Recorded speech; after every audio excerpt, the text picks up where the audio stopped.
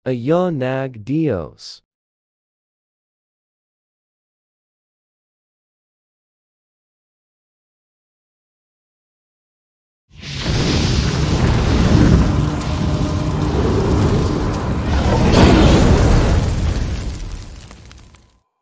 Hello sa inyong lahat, may mga talata na naman po tayong pag-usapan kung ano ang ayaw na Diyos sa mga tao. Ang inyong maririnig ay isang aral mula sa salita nagdakilang Diyos. Santiago Kapitulo 4 versikulo 1 hanggang 17. Kaaway ng Diyos ang kaibigan ng sanlibutan. Saan nanggagaling ang inyong mga alitan at pag-aaway?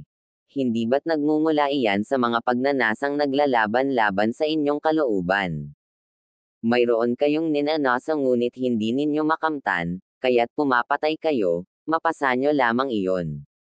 May mga bagay na gustong-gusto ninyo ngunit hindi ninyo maangkin, kaya kayo'y nagkakagalit at naglalaban-laban. Hindi ninyo nakakamtan ang inyong ninanais dahil hindi kayo humihingi sa Diyos. At humingi man kayo, wala rin kayong natatanggap dahil hindi tama ang inyong layunin. Humihingi kayo upang mapagbigyan ang inyong kalayawan. Mga taksil. Hindi ba ninyo alam na kapag nakipagkaibigan kayo sa sanlibutan ay kinakaaway naman ninyo ang Diyos? Ang sino mang nagnanais na maging kaibigan ng sanlibutan ay nagiging kaaway ng Diyos. Huwag ninyong akalaing walang kabuluhan ang sinasabi sa kasulatan, ang espiritong inilagay ng Diyos sa atin ay puno ng matitinding pagnanasa. Ngunit ang Diyos ay nagbibigay ng higit pang pagpapala.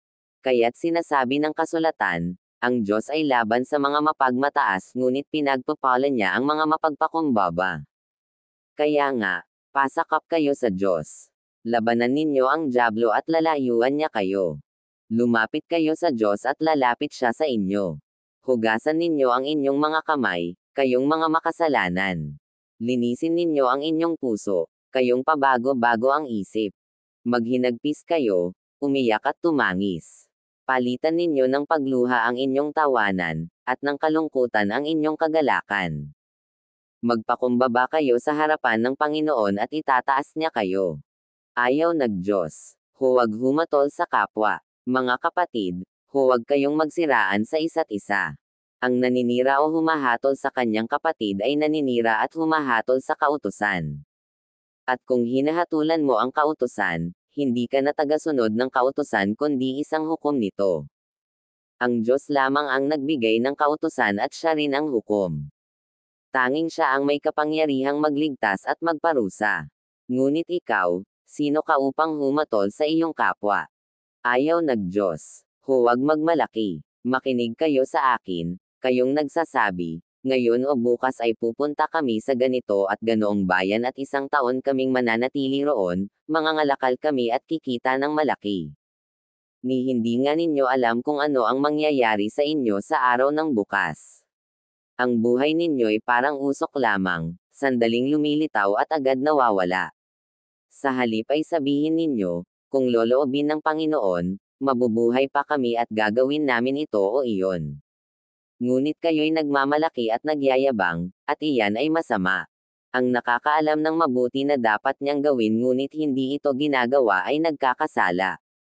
Mateo Kapitulo 7 versikulo 1 hanggang 23. Huwag ninyong husgahan ang iba, para hindi rin kayo husgahan ng Diyos.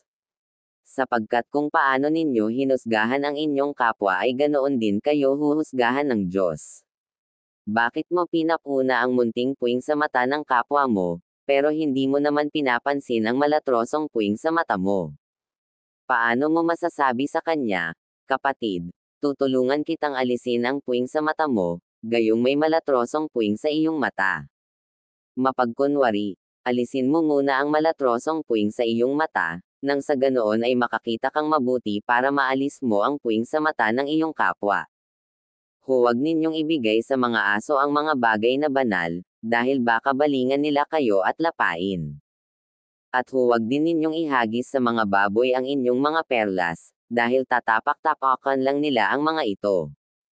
Humingi kayo sa Diyos, at bibigyan kayo. Hanapin ninyo sa Kanya ang hinahanap ninyo, at makikita ninyo. Kumatok kayo sa Kanya, at pagbubuksan kayo. sapagkat ang lahat ng humihingi ay nakakatanggap. Ang naghahanap ay nakakakita, at ang kumakatok ay pinagbubuksan. Kayong mga magulang, kung ang anak ninyo ay humihingi ng tinapay, bibigyan ba ninyo ng bato? At kung humihingi siya ng isda, bibigyan ba ninyo ng ahas? Kung kayong masasama ay marunong magbigay ng mabubuting bagay sa inyong mga anak, gaano pa kaya ang inyong amang nasa langit? Ibibigay niya ang mabubuting bagay sa mga humihingi sa kanya. Gawin ninyo sa inyong kapwa ang gusto ninyong gawin nila sa inyo. Ganyan ang tamang pagsunod sa kautusan ni Moises at sa mga isinulat ng mga propeta. Pumasok kayo sa makipot na pintuan, dahil maluwang ang pintuan at malapad ang daan patungo sa kapahamakan, at marami ang pumapasok doon. Ngunit makipot ang pintuan at mahirap ang daan patungo sa buhay na walang hanggan, at kakaunti lang ang dumadaan dito. Mag-ingat kayo sa mga huwad na propeta. Lumalapit sila sa inyo na parang mga maamong tupa, pero ang totoo, tulad sila ng mga gutom na lobo. Makikilala ninyo sila sa kanilang mga gawa. Ang matitinik na halaman ay hindi namumunga ng ubas o igos. Ang mabuting puno ay namumunga ng mabuting bunga, at ang masamang puno ay namumunga ng masama. Ang mabuting puno ay hindi namumunga ng masama, at ang masamang puno ay hindi namumunga ng mabuti. Ang lahat ng punong hindi namumunga ng mabuti ay pinuputol at itinatapon sa apoy. Kaya nga, makikilala ninyo ang mga huwad na propeta sa kanilang mga gawa. Marami ang tumatawag sa akin ng Panginoon, pero hindi ito nangangahulugan na makakapasok sila sa kaharian ng langit. Ang mga tao lang na sumusunod sa kalooban ng aking amang nasa langit ang mapapabilang sa kanyang kaharian. Marami ang magsasabi sa akin sa araw ng paghuhukom, Panginoon, hindi ba sa ngalan ninyo ay nagpahayag kami ng inyong salita, nagpal-ayes ng masasamang espiritu at gumawa ng maraming himala? Ngunit sasabihin ko sa kanila, hindi ko kayo kilala. Lumayo kayo sa akin, kayong mga gumagawa ng masama. Panipi.